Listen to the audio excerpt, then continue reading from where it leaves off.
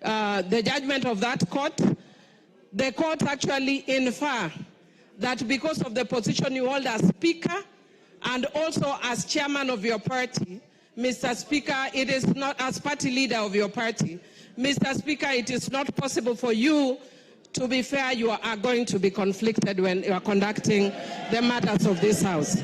Mr. Speaker, I therefore humbly request you to step down and mandate Honorable Gladys Boschole to take over in discharging the functions as the Speaker because of your conflict of interest. Mr. Speaker, Mr. Speaker,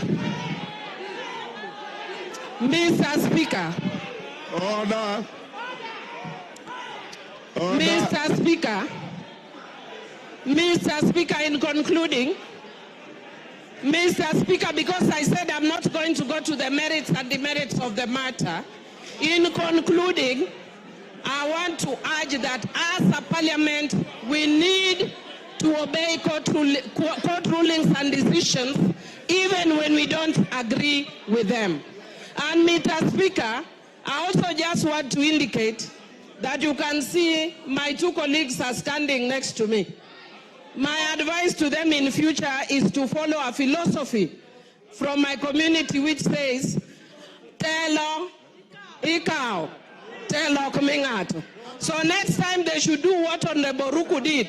Jump if you have to, but take your position the way Honorable Millie has done. Is that part of your point of order? No. Mr. Speaker, I said as an arbiter. And Mr. Speaker, I would also just want to say, very finally, also as an arbiter, Mr. Speaker, people are also talking about broad-based. Again, I'm very careful, I'm saying this.